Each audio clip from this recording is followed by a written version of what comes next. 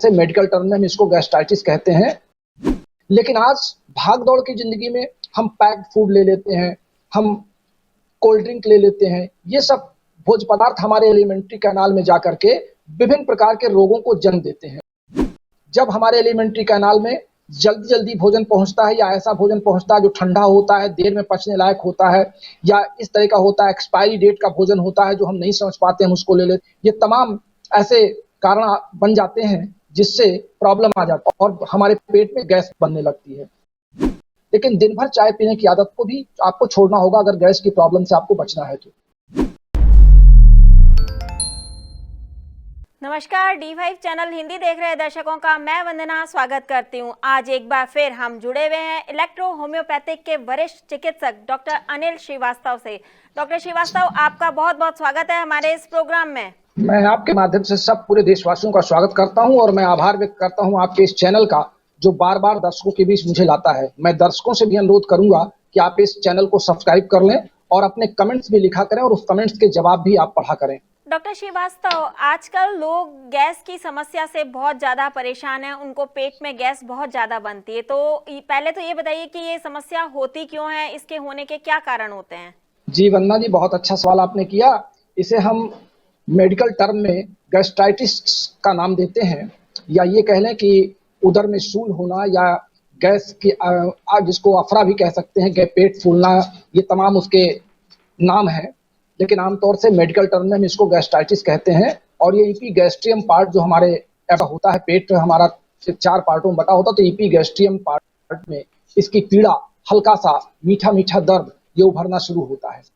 अब ये पहले हम ये जान लें कि आज की भाग दौड़ की जिंदगी में फ्रेश फूड का खाना तो बहुत कम हो गया है, फ्रेश वाटर का पीना बहुत कम हो गया है। लोग फ्रिज के रखे हुए भोज्य पदार्थ और पेय पदार्थों को पीना ज्यादा पसंद करते हैं, कोल्ड ड्रिंक का पीना ज्यादा पसंद करते हैं, ठंडे पानी को फ्रिज से निकाल के ज्यादा पीना पसंद करते हैं। आमतौर से हमारे एब्डोमेन कैविटी को या पूरे हमारे एलिमेंट्री कैनाल को स्वस्थ रखने के लिए प्रकृति ने जो अपनी व्यवस्था कर रखी थी वो प्राकृतिक भोज्य पदार्थों से कर रखी थी। और पके हुए भोजन को लेना चाहिए, ताजे और फ्रेश भोजन को लेना चाहिए, ये हमारी व्यवस्था पहले से चली आ रही थी। लेकिन आज भाग दौड़ की जिंदगी में हम पैक्ड फूड ले लेते हैं, हम कोल्ड ड्रिंक ले लेते हैं। ये सब भोज्य पदार्थ हमारे एलिमेंट्री कैनाल में जाकर के विभिन्न प्रकार के रोगों को जन्म देते हैं। उसी में से एक प्रकार का रोग है गैस्ट्राइटिस, यानी गैस का बनना। जब हमारे एलिमेंट्री कैनाल में जल्दी जल्दी भोजन पहुंचता है या ऐसा भोजन पहुंचता है जो ठंडा होता है, देर में पचने लायक होता है, या इस तरह का होता है, एक्सपायरी डेट का भोजन होता है जो हम नहीं समझ पाते, हम उसको ले लेते हैं, या कोई ऐसा फूड प्रोडक्ट ले लेते हैं जो हमारे शरीर के लिए उचित नहीं होता, फिर भी हम उसको जबरदस्ती ले लेते हैं। ये तमाम ऐसे कारण बन जाते हैं जिससे प्रॉब्लम आ जाता है और हमारे पेट में गैस बनने लगती है। फिर ये गैस निकलने में प्रॉब्लम होती है, हमको डकारें आती हैं, खट्टी डकारें आती हैं, बार बार डे डे की आवाज आती है। फिर ये दर्द अगर नहीं निकल पा रहा है गैस, ना ऊपर से ना नीचे से, तो फिर ऐसी दशा में ये गैस हमारे पूरे शरीर में घूमने लगता है, हमारे कंधे की ओर भागता है, गर्दन की ओर भागता है, हाथ पैरों की ओर भागता है, वहां पे दर्द होता है, आंखों में जलन होने लगती है, सर भारी होने लगता है। ये तमाम इसके कारण बन जाते हैं। किसी को गैस की प्रॉब्लम हो तो उसे क्या करना चाहिए, उसका खान पान कैसा होना चाहिए? जी, अगर गैस की प्रॉब्लम आपको है तो पहली चीज तो आपको भोजन, जो मतलब ये कहने में तो बड़ा ऑड लगेगा, लेकिन मुझे कहना पड़ेगा कि भोजन करने की सबसे सुव्यवस्थित प्रक्रिया है पलथी मार के बैठ के भोजन करना। लेकिन आमतौर से लोग कुर्सी और मेज पर बैठ के भोजन करते हैं। कुर्सी मेज पर बैठने से हमारी स्पाइनल रीढ़ तो जो बिल्कुल स्ट्रेट रहे या ना रहे, लेकिन हमारा एब्डोमेन दब जाता है। पलथी मार के बैठने में हमारा जो एब्डोमिनल कैविटी चैम्बर है, ये बिल्कुल भोज्य पदार्थ को ग्रहण करने के लिए तैयार रहता है। तो जिनको भी गैस की प्रॉब्लम हो, पहला काम तो उनको पलथी मार के जमीन पर बैठ के समानांतर भोजन करना चाहिए। और कोशिश करें कि आप पलथी मार के बैठे और भोजन आपके थोड़ा ऊंचाई पर हो, आपको झुकना ना पड़े, आपकी गर्दन या पेट आपका दबने ना पाए। दूसरा, भोजन आपको चबा चबा के करना चाहिए, भूख से अधिक भोजन आपको नहीं करना चाहिए।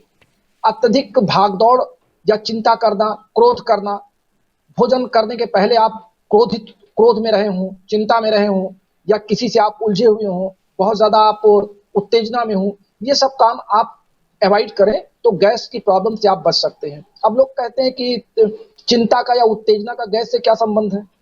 दरअसल भोज्य पदार्थों का पचना, सुपाच्य होना, ये हमारे एलिमेंट्री कैनाल का काम है। और वो तभी होता है जब हमारा ब्रेन फ्रेश होता है। जब हम चिंता में होते हैं, क्रोध में होते हैं, तो हमारे जो पाचक एंजाइम्स हैं वो देर से हमारे एलिमेंट्री कैनाल में सिक्रेट होते हैं। इस नाते भोज्य पदार्थ करते समय भी आपको प्रसन्नचित्त मुद्रा में होना चाहिए, और भोजन करने के बाद भी कम से कम आधे घंटे तक आपका पारिवारिक माहौल ऐसा होना चाहिए जिसमें आप हंसे बोले, थोड़ा टहल घूम लें, तो गैस की प्रॉब्लम से आप बच सकते हैं। खाने के साथ ठंडे पानी का प्रयोग कम से कम करें, या फ्रिज के वाटर को बहुत कम पीना पसंद करें।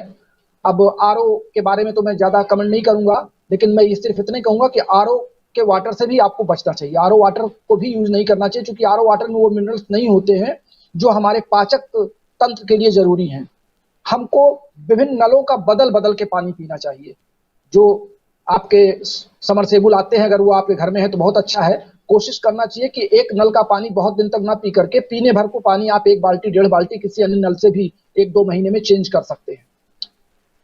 और चाय का प्रयोग, गैस उन लोगों को ज्यादा बनती जो सुबह खाली पेट चाय लेते हैं, बेड टी लेते हैं और दिन में कई बार चाय का सेवन करते हैं, क्योंकि चाय में जो निकोटीन होता है जाकर के हमारे एलिमेंट्री कैनाल में हमारे पाचक एंजाइम्स को निकलने में बाधा उत्पन्न करता है। इस तरह से चाय का सेवन भी अगर बहुत जरूरी है तो 1 कप, और अगर आप नहीं अवॉइड कर पाते हैं तो सुबह शाम ले लें, लेकिन दिन भर चाय पीने की आदत को भी आपको छोड़ना होगा अगर गैस की प्रॉब्लम से आपको बचना है तो।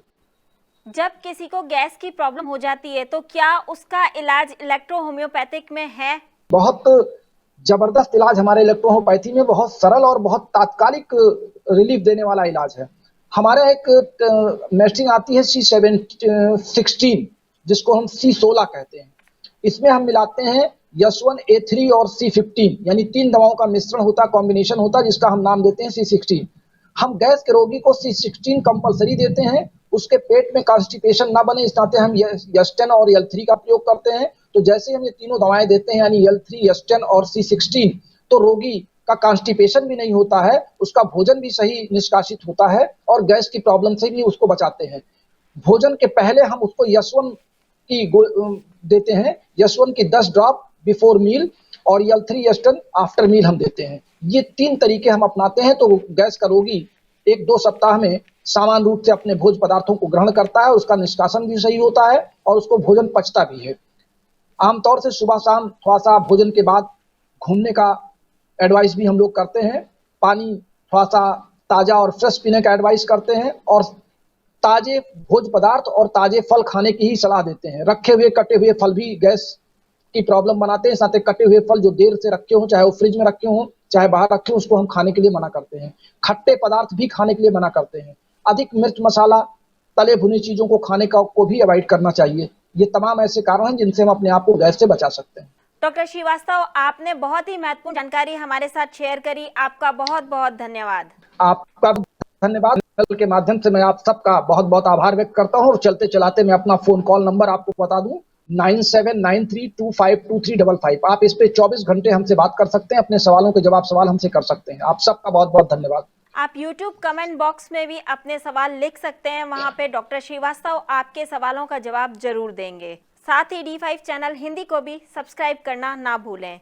अगले एपिसोड में आपसे फिर मुलाकात होगी, तब तक के लिए नमस्कार।